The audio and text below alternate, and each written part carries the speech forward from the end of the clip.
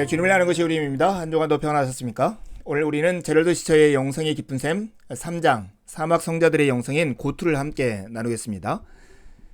영성의 깊은 샘은 기독교 역사 속에 있는 11가지 영성의 전통을 살피는 책입니다. 여러분, 우리는 근시안적 시야의 포로가 될 위험에 늘 노출되어 있습니다. 그래서 영성에 관한 것도 오늘날 우리가 누리고 있는 것, 열심히 하고 있는 것이 최선이라고 생각하죠.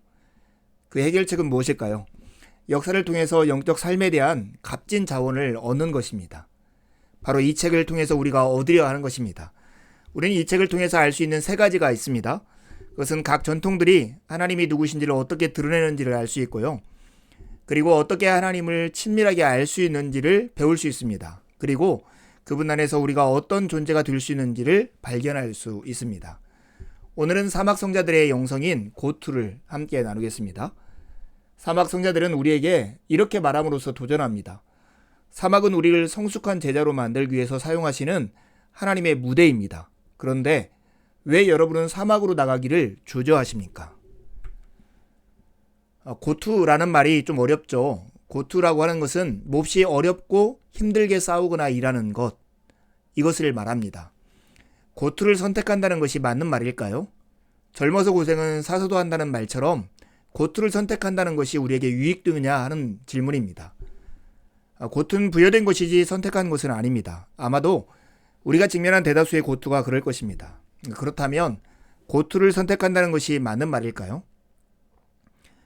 삶이 더 고달파질 그런 길을 따르다니 우리는 대개 그런 생각일랑 품지 않을 것입니다. 특히 영적 삶과 관련된 문제들에서는 더 그렇습니다. 우리는 인생을 더 멋지고 행복하고 쉽게 살려는 것이지 더 어렵게 살려고 기독교를 믿는 것은 아니라고 생각합니다. 과연 그럴까요? 이 사막 성자들은 4세기, 5세기에 이집트, 팔레스타인, 시리아에서 번성했던 매력적이고 특이한 그리스도인 집단입니다. 그들은 우리와 다르게 고투가 영적 생활에서 정상적이고 필요한 것이고 건강하기까지 하다고 믿었습니다. 그들은 고투를 제자도를 향한 부르심의 한 측면으로 이해했습니다. 고투는 세상의 타락으로 인해 부과된 것이고 제자도에 필요한 것입니다.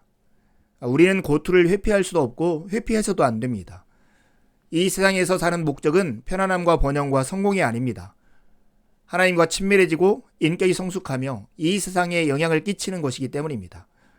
예수님은 친히 우리가 자신에 대해서 죽고 날마다 자기 십자가를 지고 모든 것 위에 계시는 주 되신 그분을 좇아야 한다라고 가르치셨습니다. 사막 성자들의 삶, 그들의 삶에는 어떤 특징이 있었을까요? 사막 성자들 가운데 가장 유명한 사람이 이 사진에 있는 이집트의 안토니우스입니다. 그는 어떤 능력으로 자신의 모든 소유를 팔아 가난한 사람들에게 주고 사막으로 물러나서 20년 동안 격리하며 살고 마귀와 싸웠을까요? 그의 삶을 한마디로 하면 목적이 있는 궤벽이었습니다. 우리는 그것으로부터 무엇을 배울 수 있을까요? 궤벽은 유용한 목적에 도움이 될 때가 있습니다. 사람의 얼굴에서 어떤 면을 의도적으로 과장하고 흥미롭고 독특한 점이 부각되는 만화같이 말입니다. 사막 성자들도 모든 것을 버리고 예수님을 좇느라 너무 과도했을지 모릅니다. 제 아무리 미쳤다 하더라도 사막 성자들은 존경받을 만합니다. 왜냐하면 당대의 타협적 기독교의 반대 입장을 과감하게 취했기 때문입니다. 사막 성자들의 삶의 두 번째 특징은 무혈 순교자들이라는 의미입니다. 이토록 기이한 운동이 어떻게 시작되었는가 하는 것을 보면 이것을 알 수 있습니다. 박해를 받던 기독교가 콘스탄티누스 황제 때 공인됩니다. 이 공인이 축복이었을까 저주였을까? 지금도 역사적 평가가 되고 있는 과정 속에 있습니다. 콘스탄티누스 황제가 교회를 편애하자 교회는 순교자들의 교회가 아니라 로마 제국의 교회가 되었습니다. 타락하게 된 것이죠. 그래서 사막 성자들이 시작한 제자도 회복 운동이 바로 사막 성자들의 고투입니다. 피를 흘리지 않는 순교자들, 그들이 사막으로 도피한 것은 저항과 확신의 표지였습니다. 퇴폐적이고 지나치게 제도화된 교회 조직체에 대해 저항하고 변화된 시대 상황에 부합하는 복음의 가르침을 재천명하는 것이었습니다. 문제를 회피하기 위해서가 아니라 문제에 맞붙기 위해서 그렇게 행동했던 것이죠. 권력과 성공으로부터 교회를 구하려는 분명한 사명을 그들은 붙들고 있었습니다. 그런데 왜 사막이었을까요? 성경에 많은 사람들이 사막으로 갑니다. 사막은 하나님의 훈련장이고 무대였습니다. 이스라엘 백성들은 광야에 40년을 지냈고 엘리야도 광야 생활을 하고 세례 요한은 광야에서 사역을 했습니다. 예수님 또한 40일 동안 광야에서 시험을 받으셨죠. 왜 사막일까요? 사막 성자들은 사막이야말로 이러한 고투를 하기에 적합한 곳이라고 믿었습니다. 사막에서는 우리의 연약함을 정면으로 직면하고 착각과 거칠애를 벗어버리지 않을 수 없고 우리에게 하나님이 절대적으로 필요하다는 것을 인식할 수 있기 때문입니다. 사막은 마귀의 영역이고 마귀의 악한 목적이 잘 통하는 곳이지만 아이러니하게도 우리를 성숙한 제자로 만들기 위해 사용하시는 하나님의 무대이기도 합니다.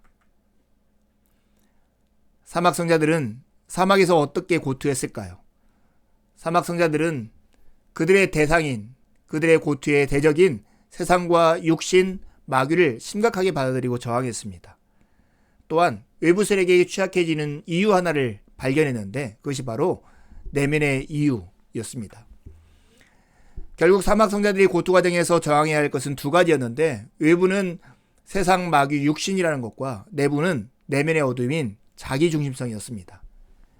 이 내면의 어둠, 이것은 외부 세력에게 취약해지는 이유였습니다. 사막 성자들에게 가장 중요한 것은 영혼을 위한 전투였죠. 그들은 그리스도인의 삶에는 어둠 속에 존재하는 어둠에 대한 투쟁이 있어야 한다고 믿었습니다. 그 어둠은 한마디로 모든 인간 속에 만연한 자기중심성입니다. 에바그리우스는 인간이 유혹에 아주 약하고 재빨리 죄를 짓는 이유를 탐구했는데요. 그것이 오늘날까지 우리에게 전해지는 죽음에 이르는 7가지 죄로 정리되었습니다. 그렇다면 어떻게 이 외부와 내부의 적들을 극복할 수 있을까요? 어떤 수사가 이렇게 얘기했습니다. 연기를 피워 벌을 쫓아내면 꿀도 사라져 버리는 것과 마찬가지로 편안한 삶이 인간의 영혼에서 여호와를 두려워하는 마음을 쫓아내면 하나님의 선하신 일도 모두 사라진다. 그래서 사막 수사들은 금욕을 했습니다. 목적이 있는 훈련이었던 것이죠. 사막 성자들은 어디에나 유혹이 도사리고 있는 것을 같은 타락한 세상에 사는 것이 얼마나 위험한지를 알았습니다. 그래서 사막 성자들은 영적 훈련 또는 금욕을 실천했습니다. 사막 성자들은 보편적으로 사회를 지배하는 가치의 위계를 역전시키려고 애를 썼어요. 그들은 일과 기도, 독거의 리듬을 따랐습니다. 엄격하든 적당히 완화되든 차이는 있겠지만 그들의 일생생활은 한마디로 금욕 실천을 특징으로 했습니다. 하지만 그와 같은 금욕은 아무리 의도가 좋더라도 선 못지않게 악을 유발할 수 있다는 것을 그들은 알았습니다. 그래서 극복하는 두 번째 방법인 무정념, 요동치 않는 평정을 그들은 추구했습니다. 몸의 훈련은 목적이 아니라 수단에 불과한 것이죠. 정념이 진짜 적이었습니다. 정념을 지배하기 위해서는 에바그리우스가 말한 요동치 않는 평정 상태에 도달해야 했습니다. 이런 이유로 사막 성자들은 지나침보다는 중용을 높이 평가했습니다. 금식이건 탐식이건 철야건 지나친 잠이건 스승들의 말처럼 지나침은 모두 하나같이 유의하다는 가르침을 그들은 따랐습니다. 그러나 이런 훈련의 궁극적인 목적은 아가페에 있었습니다. 고투 자체는 목적이 아니라 수단이었습니다. 고투가 지속될 수는 있지만 영원하지는 않았을 것입니다.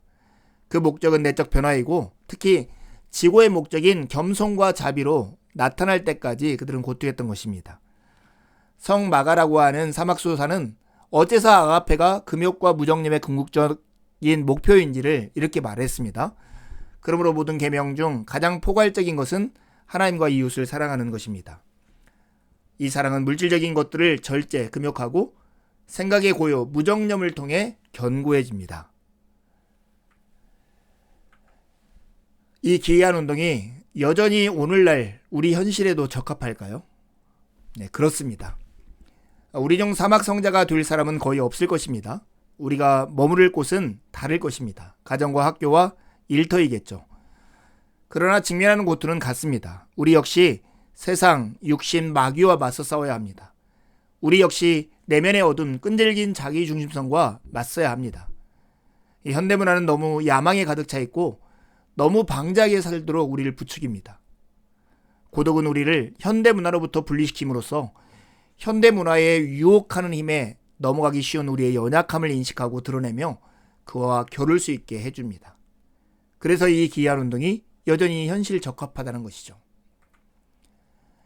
자아가 죽기 힘든 것은 자아가 즉각적인 요구는 충족시키겠지만 길게 보면 영혼의 삶을 파괴하는 마음과 몸의 습관을 포기하지 않기 때문입니다. 세상, 육신, 마귀, 내면의 어둠에 맞서 고투할 때 자아는 죽을 것입니다. 이제 겸손하게 시작해 보십시오.